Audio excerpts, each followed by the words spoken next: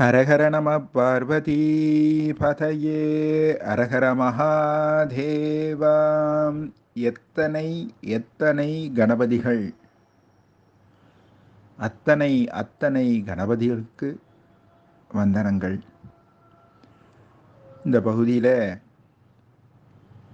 ஒவ்வொரு கணபதியை பற்றி அவளுடைய பெருமையெல்லாம் ரசிச்சுட்டு வரோம். பாரத தேசம் முழுக்க கணபதி ஸ்தலங்கள் நிறைய அநேக இடங்கள்லாம் இருக்குது. பார்வதி பரமேஸ்வராளுடைய முதல் குழந்தையாக இருக்கிறதுனால தான் அவருக்கு மரியாதையாக பிள்ளையார் அப்படின்னு சொல்கிறோம். ஜேஷ்டகுமாரன், அதனால தான் ஜேஷ்டராஜன் கொண்டாடுறா. அவர் இந்த பாரத தேசம் முழுக்க அற்புத ரூபங்களில் அருள்பாலிச்சுன்னு வந்திருக்கா. அந்த வரிசையில் இந்த பகுதியில் 8 கணபதிகளை பார்க்க போகிறோம். ஒவ்வொரு பகுதியிலும் 8 கணபதிகளை பார்த்துட்டு வரோம். இந்த பகுதியில் பார்க்கக்கூடிய கணபதி, முதலாக வரக்கூடிய கணபதி ஆந்திர தேசத்தில் இருக்கக்கூடிய காணிப்பாக்கம்னு ஒரு ஊர். அந்த ஊரில் வரசித்தி விநாயகர்னு ஒரு கணபதி இருக்கார். காணின்னு சொன்னால் கிணத்துலேருந்து அந்த பிள்ளையார் வந்தாராம். இன்றைக்கும் அந்த பிள்ளையார் இருக்கிற இடத்துல ஜலம் சுரந்துட்டே இருக்கும். தமிழ் தேசத்தில் திருச்சிராப்பள்ளிக்கு அருகில் இருக்கக்கூடிய ஜம்புகேஸ்வரன் சொல்லக்கூடிய திருவானைக்காவில் பெருமானுக்கு முன்னாடி ஜலம் சுரந்துட்டே இருக்கும். ஆனால் அது கிணறு கிடையாது, ஆனால் அங்கே ஜலம் சுரக்கும். ஏன்னா அவர் ஜலலிங்கம்ன்றதுனால. அது மாதிரி இந்த இடத்துல கிணத்துலேருந்து வந்தாராம். அதனால் அந்த இடத்துல ஜலம் ஊறிண்டே இருக்கும். பிரசாதமாக அந்த தீர்த்தமாக கொடுப்பா. எந்த கோவில்லையும் தீர்த்த பிரசாதம்ன்றது ஸ்ரீ வைஷ்ணவ ஸ்தலங்களில் தான் உண்டு. பெருமாள் கோவிலில் தான் கொடுப்பா. சைவத்தில், அதுவும் கணபதி ஆலயத்தில் தீர்த்தம் கொடுக்கறது அங்கே உண்டி தான். வரசித்தி விநாயகர்னு பேர். கிணத்துலேருந்து வளர்ந்துட்டு வராராம். இன்றைக்கும் அந்த பிள்ளையார் வளர்றார்னு ஒரு நம்பிக்கை இருக்குது. அதுக்கு ஏற்ற மாதிரியே அவருக்கு கவச்சங்கள்லாம், வெள்ளி கவச்சங்கள்லாம் சாத்துவா. எப்பொழுதுமே நம்மளுடைய பாரத தேசத்துடைய பண்பாடு, அவள் என்ன தெய்வத்தை ஆராதனை பண்ணுறாலோ அந்த தெய்வத்துக்கு தான் அலங்காரம் பண்ணிக்கிறாளோ இல்லையோ, தனக்கு ஏதாவது பண்ணிக்கிறாளோ இல்லையோ, அந்த தெய்வத்துக்கு விதவிதமான ஆபரணங்கள், விதவிதமான காணிக்கைகள்லாம் செலுத்தி அந்த தெய்வத்தை கொண்டாடுவா. அது பாரத சம்பிரதாயம். அந்த வரிசையில் அவருக்கு வெள்ளி கவச்சம் பண்ணியிருக்கா சில வருஷங்களுக்கு முன்னாடி. அது சின்னதாக எடுத்து சொல்லி இன்னொரு கவச்சம் பண்ணியிருக்கா. அதுவும் பொருந்தலை. கொஞ்ச நாள் ஆன உடனே இன்னொரு கவச்சம் பண்ணியிருக்கா. அப்படி அந்த கவச்சத்தை எடுத்து பார்க்கும் பொழுதே வித்தியாசங்கள் தெரிகிறது. இன்றைக்கும் அந்த ஆலயத்தில் அந்த கவச்சங்கள்லாம் வச்சுருக்கா. ஒரு கிணத்துலேருந்து உண்டாகியிருக்கார். ஒரு அடியவர் ஒருத்தர் வீட்டு கிணத்துல அது மாதிரி உருவான உடனே அதை ஆலயமாக சமைச்சு அந்த கோவில் கட்டியிருக்கா. வரசித்தி விநாயகர்னு பேர். ரொம்ப விசேஷமான கணபதி. ஆவணி மாதத்தில் வரக்கூடிய சதுர்த்தியை முன்னிட்டு விழாக்கள் நடக்கும். கிட்டத்தட்ட ஒரு மாதத்துக்கு அந்த விழா நடக்கும். ரொம்ப விசேஷமாக கொண்டாடக்கூடிய ஸ்தலம். அதோடு மட்டும் இல்லை, அந்த கணபதி கூடயே நவக்கிரகங்கள் இருக்குது. ஆஞ்சநேய சுவாமி இருக்கா.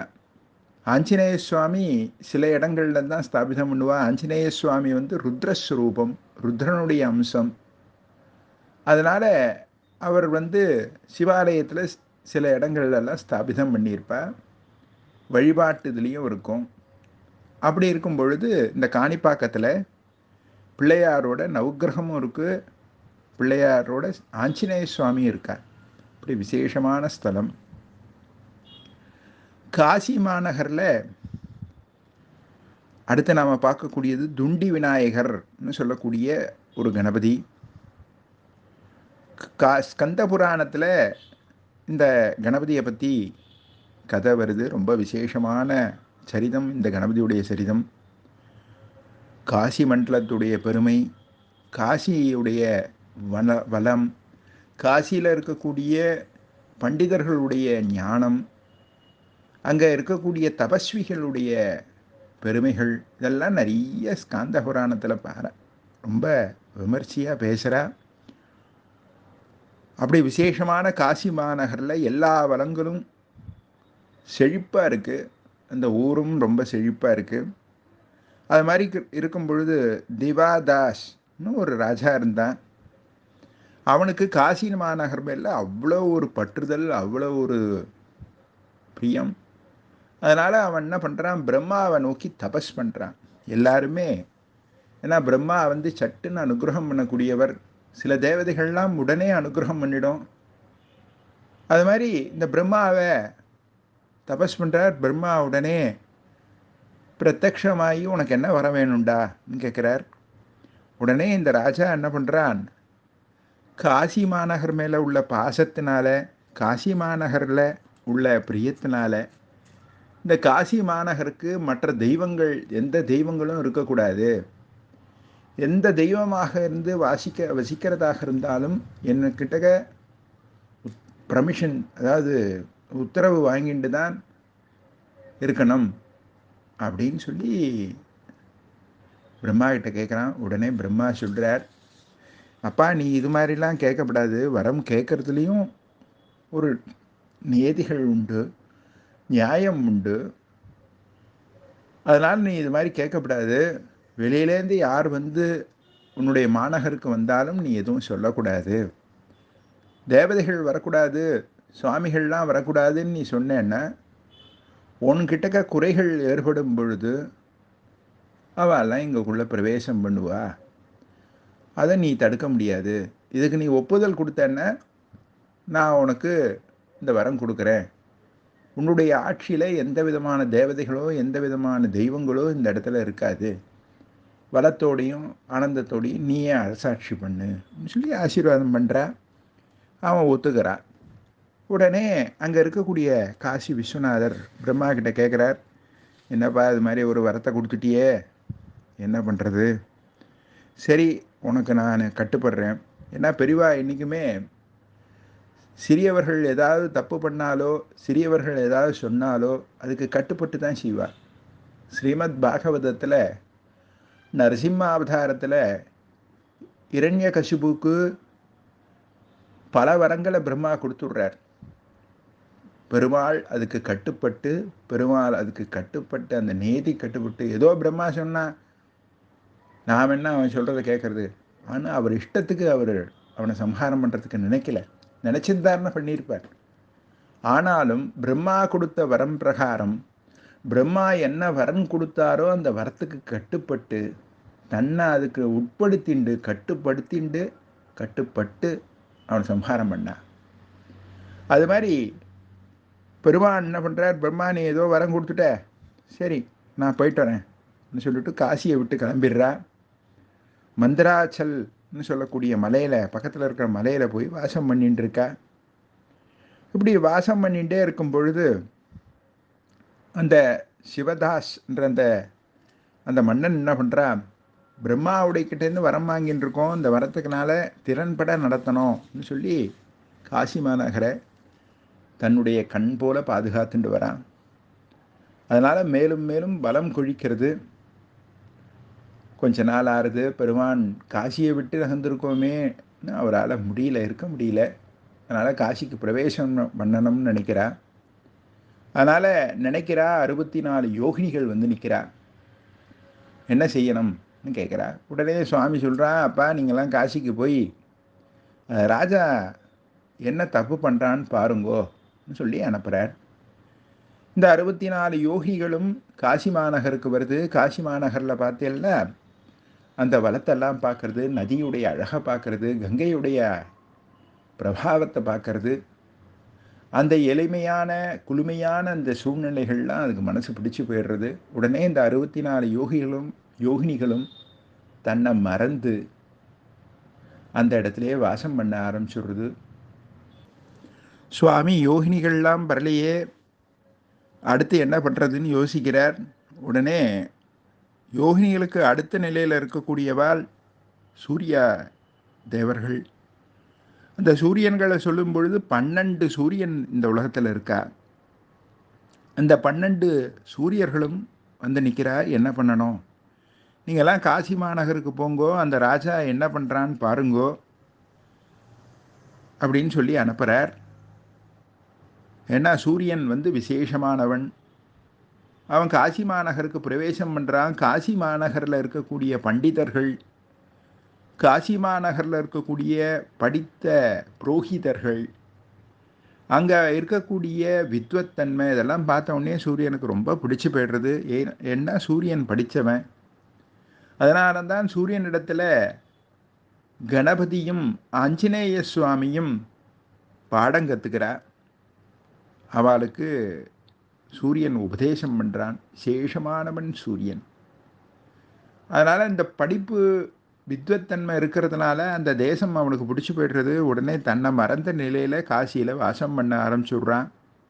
இந்த 64 யோகினிகளும் 64 கட்டங்களாயிடுறா. அது மாதிரி 12 சூரியனும் 12 ஜோதிர்லிங்கங்களாக இன்றைக்கி காசி மாநகரில் அனுகிரகம் பண்ணிகிட்ருக்கா. அவ்வளோ விசேஷமானது காசி மாநகர். சுவாமி பார்த்தா, என்னடா இது இவெல்லாம் போனால் 2 பேரும் போனால் 2 பேரும் வரலையே, சரி நம்ம குழந்தையே அனுப்பலாம். நாமெல்லாம் இருப்போம், சில காரியங்கள்லாம் நடக்கலைன்னா நம்ம குழந்தையே அனுப்புவோம். அது மாதிரி சுவாமி கணபதி என்ன நினைக்கிறார். உடனே கணபதி பிரத்யக்ஷமாகிறார். என்னப்பா, அப்பா நீ இது மாதிரி காசி மாநகரில் இந்த ராஜா அது மாதிரி சொல்லிவிட்டான், நான் இந்த மந்திராச்சல் மலையில் வாசம் பண்ணிட்டு இருக்கேன், எனக்கு காசிக்கு போகணும், நீ ஏதாவது பண்ணு அப்படின்னு சொல்கிறார். உடனே கணபதி என்ன பண்ணுறார், காசி மாநகருக்கு பிரவேசம் பண்ணுறார். எல்லாருடைய கனவுகளிலையும் போய் ஒரு பண்டிதனாக காட்சி தரார். உடனே மறுநாள் அந்த காசி மாநகரில் அவர் பிரத்யக்ஷமாகும் பொழுது எல்லாரும் அவரை தேடி வர, அவளுக்கு சில இதெல்லாம் ஜோதிஷம் சொல்கிறார், எல்லாம் பலிக்கிறது. இது ராஜாவுடைய அரண்மனைக்கு போய் சேர்றது. ராணி காதில் விழறது. உடனே ராணி கூப்பிட்டு இந்த பண்டிதருக்கு உபச்சாரங்கள்லாம் பண்ணி மரியாதை பண்ணி கேட்குறா, எங்களுடைய எதிர்காலம் எப்படி இருக்கும், ராஜா எப்படி இருப்பார் அப்படின்னு கேட்குறா. கேட்கும் பொழுதே ராஜா வந்துடுறான். 2 பேருமா பணிவா ஜோதிடர்கிட்டக்க, ஜோதிடர் ரூபத்தில் இருக்கிற கணபதி கிட்டக்க கேட்குறா. உடனே கணபதி சொல்கிறார், நீ பற்றுதல் இல்லாமல் இருக்கணும், பற்றுதல்லாம் குறைச்சிக்கணும், நீ பற்றுதலோடு இருக்கக்கூடாது, அந்த பற்றுதனால சில சங்கடங்கள்லாம் நீ சந்திக்கும்படி வரும் அப்படின்னு சொல்கிறா. உடனே ராணிக்கு ரொம்ப வருத்தமாக போய்டுறது. இதுக்கு ஏதாவது விமோசனம் சொல்லுங்களேன்றா. 18 நாட்களுக்கு அப்புறம் ஒரு பிரம்மச்சாரி உங்களுடைய அரண்மைக்கு வருவான், அவன் என்ன சொல்கிறானோ அதை கேளு அப்படின்னு சொல்கிறார். உடனே ராஜாவும் ராணியும் கட்டுப்படுறா. 18 நாட்கள் ஆடுறது. திருப்பி கணபதி பிரம்மச்சாரி ஸ்வரூபத்தில் வரார். அதனால தான் அவருடைய அஷ்டோத்திரத்தில் வரும், பிரம்மச்சாரினே நமஹ அப்படின்னு சொல்லும். பிரம்மச்சாரியாக வந்த உடனே இந்த ராஜாவும் ராணியும் நமஸ்காரம் பண்ணி கேட்குறா. உடனே அவர் சொல்கிறார், நீ பற்றுதலை குறைக்கணும்பா, அதிகபட்சமாக இதில் தெய்வங்கள் வரக்கூடாது, தேவதைகள் வரக்கூடாதுன்னு சொல்கிற. தெய்வங்கள் தேவதைகள் இல்லாமல் எதுவுமே இல்லை. இந்த உலகம் இயங்கிறதுனா தெய்வத்தால் தான் இயங்கிறது. அதுலேயும் பரமேஸ்வரன் வாசம் பண்ணக்கூடிய ஸ்தலம் இந்த ஸ்தலம் காசி மாநகர். இதை உன்னுடைய சுயநலத்துக்கோசரம் நீ இது மாதிரி பண்ணிட்ட, அதனால் நீ இது செய்கிறது தப்பு, இதனால் உனக்கு தோஷம் வரும். இன்னொன்று, உனக்கு வயசாகிட்டே இருக்குது, வயசாகிட்டே இருந்ததுன்னா அடுத்த நிலைக்கு போகணும். அடுத்த நிலைன்னா சந்நியாச தர்மம் எடுத்துக்கணும், வனப்பிரஸ்தத்துக்கு போய் ஓய்வு எடுத்துக்கணும், பூஜை பண்ணணும். அதனால் நீ இதே மாதிரி வம்பு பண்ணிட்டு இருக்கக்கூடாது அப்படின்னு நல்லுரைகள்லாம் சொல்கிறார். உடனே ராஜா கட்டுப்படுறான். கட்டுப்பட்டு சரி நான் வனத்துக்கு கிளம்புறேன் அவன் கிளம்புறான். உடனே சுவாமி பிரவேசம் பண்ணுறார் காசி மாநகருக்கு. கணபதி கிட்டக்க அவ்வளோ சந்தோஷம். நீ துண்டிராஜன்னு போற்றப்படுவாய்ன்னு சொல்லி சுவாமி ஆசீர்வாதம் பண்ணுறா. என்னுடைய காசி, என்னுடைய விஸ்வநாதர் ஆலயத்தில் வாசப்புறத்திலேயே நீ வாசம் பண்ணணும் சொல்லி ஆசீர்வாதங்கள்லாம் பண்ணி கணபதி இருக்கார். அந்த கணபதிக்கு துண்டி விநாயகர்னு பேர். காசி மாநகரில் 56 கணபதிகள் இருக்கா. காசியை வலம் வரதே விசேஷம். அப்படி காசியை வலம் வரும்பொழுது வலம் வரும் பாதையிலெல்லாம் இந்த கணபதிகள்லாம் இருக்கா. 3ஆவதாக பார்க்கக்கூடியவர் சித்தி விநாயகர்னு பேர். மும்பாய் மாநகரத்தில் இருக்கக்கூடியவர். நவசாக கணபதி, நவாசர நவச பானர கணபதி அப்படின்னு ரொம்ப விசேஷமாக கொண்டாடக்கூடியவர், விசேஷமானவர், பல ஆண்டுகளுக்கு முற்பட்டவர். இந்த பகுதியில் ஒரு அம்மையார் இருந்தா. அந்த அம்மையாருக்கு ரொம்ப நாளாக குழந்தை பாக்கியம் இல்லை. குழந்தை பாக்கியம் இல்லைன்னு சொல்கிறதுனால அவன் என்ன பண்ணுறா, கணபதி கிட்ட வேண்டிக்கிறா, நான் கோவில் கட்டுறேன், உனக்கு எனக்கு குழந்தை பிறக்கணும் அப்படின்னு சொல்லி பிரார்த்தனை பண்ணிக்கிறா. அப்படி பிரார்த்தனை பண்ணும் பொழுது அவளுடைய வீட்டில் இருக்கக்கூடிய நாள் காட்டி கேலண்டரில் ஒரு பிள்ளையார் இருக்கார். அந்த பிள்ளையாரை பார்த்து பார்த்து ரசிப்பா. அந்த பிள்ளையார்கிட்டயே பிரார்த்தனை பண்ணிகிட்டே இருந்தா. கொஞ்ச நாள் ஆச்சு, குழந்தை பிறக்கலை. அதுக்குள்ளே அவருடைய கணவர் மறைஞ்சுடுறா. அதனால் ரொம்ப வருத்தமாக போயிடுறது இவளுக்கு. உடனே அந்த தன்னலமில்லாத தாய் பிள்ளையார்கிட்ட பிரார்த்தனை பண்ணிடுறா, எனக்கு தான் நீ குழந்தை கொடுக்கல, உன்னை வழிபாடு பண்ணுறவாளுக்காவது நீ குழந்தைய கொடுக்கணும் அப்படின்னு பிரார்த்தனை பண்ணியிருக்கா. அப்படி பிரார்த்தனை பண்ணிட்டு, நான் அதுக்கோசரமாவது கோவில் கட்டணும், எனக்கு ஆசீர்வாதம் பண்ணுன்றார். அப்போது லக்ஷ்மணன் விது பாட்டில்னு ஒருத்தர் வரார். அவர் சொல்கிறார், நான் கோவில் கட்டித்தரம்மா அப்படின்னு சொல்லி கோவில் கட்டி கொடுக்குறா. அந்த கோவிலில் வாசம் பண்ணக்கூடியவர் தான் சித்தி விநாயகர்னு பேர். டியூபாய்னு அந்த அம்மாவுடைய பேர். ரொம்ப விசேஷமான பக்தை. நாம் என்னெல்லாம் நினச்சிக்கிறோமோ அதெல்லாம் கொடுக்கக்கூடியவர் அந்த பிள்ளையார். சித்தி விநாயகர்னு பேர். இன்றைக்கும் எல்லோருக்கும் குழந்தை வரம் கொடுத்துட்டு அந்த இடத்துல அனுகிரகம் பண்ணிட்டு இருக்கா. அடுத்து நாம் பார்க்கக்கூடியது கர்நாடக தேசத்தில் ஆனகுட்டா ஸ்ரீ விநாயகர்னு பேர். கும்பாஷின்னு அந்த பகுதிக்கு பேர். ரொம்ப விசேஷமான ஸ்தலம். மூகாம்பிகை கோவில் போகிற வழியில் இந்த ஸ்தலம் இருக்குது. இந்த இடத்துக்கே நாகாசலம்னு ஒரு பேர் உண்டு. அந்த காலத்தில் உபாத்தியா, விஸ்வேஸ்வர உபாத்தியான்னு ஒருத்தர் இருந்தார். அவர் நல்ல வம்சத்தில் வந்தவர். நித்தம் வழிபாடு ஆராதனைகள் எல்லாம் பண்ணக்கூடியவர். கணபதியை உபாசனை பண்ணக்கூடியவர். கணபதியை நினச்சி வழிபாடு பண்ணக்கூடியவர். இப்படி பண்ணிகிட்டே வரும்பொழுது ஒரு நாள் அவருக்கு கனவு வருது. ஒரு பிராமண வடு, அதாவது கல்யாணமாகாத சின்ன குழந்தை, பிரம்மச்சாரி, அவன் அவருக்கு காட்சி தரான். அவனை பார்க்குறார் அந்த கனவில். அவன் நதிக்கரை ஓரம் போகிறான். அதுக்கப்புறம் ஒரு இடத்துக்கு போகிறான், நின்றுடுறான். அங்கே ஒரு கல் இருக்குது. மறுநாள் கார்த்தால இந்த விஸ்வேஸ்வர உபாத்தியா எழுந்து பார்க்குறார். என்ன கனவு வந்தது? நதி கரை ஓரம் போகிறார். அந்த இடத்துல ஒரு கல் இருக்குது. அந்த கல்லை பார்த்துட்டே இருக்கார். ஏன்னா அது இந்த கல் இருக்கே, இந்த கல்லுக்கும் இந்த கனவுக்கும் ஏதோ சம்பந்தம் இருக்குன்னு சொல்லிட்டு வந்துடுறார். மறுநாள் ஆவல் திருப்பி அந்த கல்கிட்ட போய் பார்க்கலான்னு போகிறார். அங்கே போனால் அங்கே ஒரு பசுமாடு தானாக பால் பொழிஞ்சின்னு இருக்கு. பார்க்குறார். ரொம்ப ஆச்சரியமாக போயிடுறது. உடனே இதில் ஏதோ விசேஷம் இருக்குன்னு சொல்லி தகுந்த பெரியோர்களை, ஆன்றோர்களை கூப்பிட்டு கேட்குறார். அந்த ஆன்றோர்கள் இது பண்ணிகிட்டே இருக்கிறச்சே, ஆராய்ச்சி பண்ணிகிட்டே இருக்கிறச்சே, அங்கே ஒருத்தருக்கு ஆவேசம் வருது. இந்த கல்லில் நான் இருக்கேன், கணபதி நீ என்னை வழிபாடு பண்ணணும் அப்படின்னு சொல்கிறா. உடனே அந்த இடத்துல அந்த கல்லையே கணபதியாக வழிபாடு பண்ணிட்டு இருக்கா. இன்றைக்கும் அந்த சுவாமி வளர்ந்துட்டுருக்கானாம். அதனால் சுவாமிக்கு மேலே கவச்சம் போட்டுருப்பா. தங்கத்தினால் ஆன கணபதியுடைய முகமும் உருவங்கள் எல்லாம் வெள்ளியில் இருக்கும். ரொம்ப விசேஷமான கணபதி. நித்தம் கணபதி ஹோமம் நடந்துகிட்டே இருக்கும். ஒவ்வொரு வேலையிலையும் கணபதி ஆராதனைன்னு சொல்லி கணபதிக்கு பிடிச்ச விசேஷமான நெல் பொரி, அவுல், தேங்காய், வெல்லம்லாம் கலந்து நிவேத்தியம் பண்ணுவா. கணபதி ஹோமம் நடந்துகிட்டே இருக்கும். நிறைய சதுர்லக்ஷ ஹோமங்கள்லாம் நடந்திருக்கும். விசேஷமான ஒரு அனுகிரக மூர்த்தியாக வேண்டுவாருக்கு எல்லாம் கொடுக்கக்கூடியவராக அனுகிரகம் பண்ணிட்டு இருக்கா. இன்றைக்கும் அந்த ஆலயத்துக்கு போனோன்னா தேங்காய் உடைக்கிற சத்தம் கேட்டுகிட்டே இருக்கும். எல்லாரும் சதுர தேங்காய் உடைப்பா. ஆனக்குட்டா ஸ்ரீ விநாயகர்னு பேர். அடுத்தது நாம் பார்க்கக்கூடியது மலையாள தேசம் சேர நாட்டில் பார்க்கக்கூடிய திருவனந்தபுரம். திருவனந்தபுரத்தில் பழங்காவாடி மகாகணபதினு ஒரு பிள்ளையார், ரொம்ப விசேஷமான பிள்ளையார். அந்த காலத்தில் இந்த இராணுவங்கள்லாம் ஒவ்வொரு ஊரில் இருக்கும். அது மாதிரி திருவிதாங்கூரில் ஒரு இராணுவம் இருந்தது. அந்த இராணுவத்தை என்ன பண்ணுறா, பாதுகாப்பு கருதி திருவனந்தபுரத்தில் இருக்கக்கூடிய கோட்டையை பாதுகாக்கணும்னு சொல்லி அந்த கோட்டைக்கு அவளெல்லாம் அனுப்பி வைக்கிறா.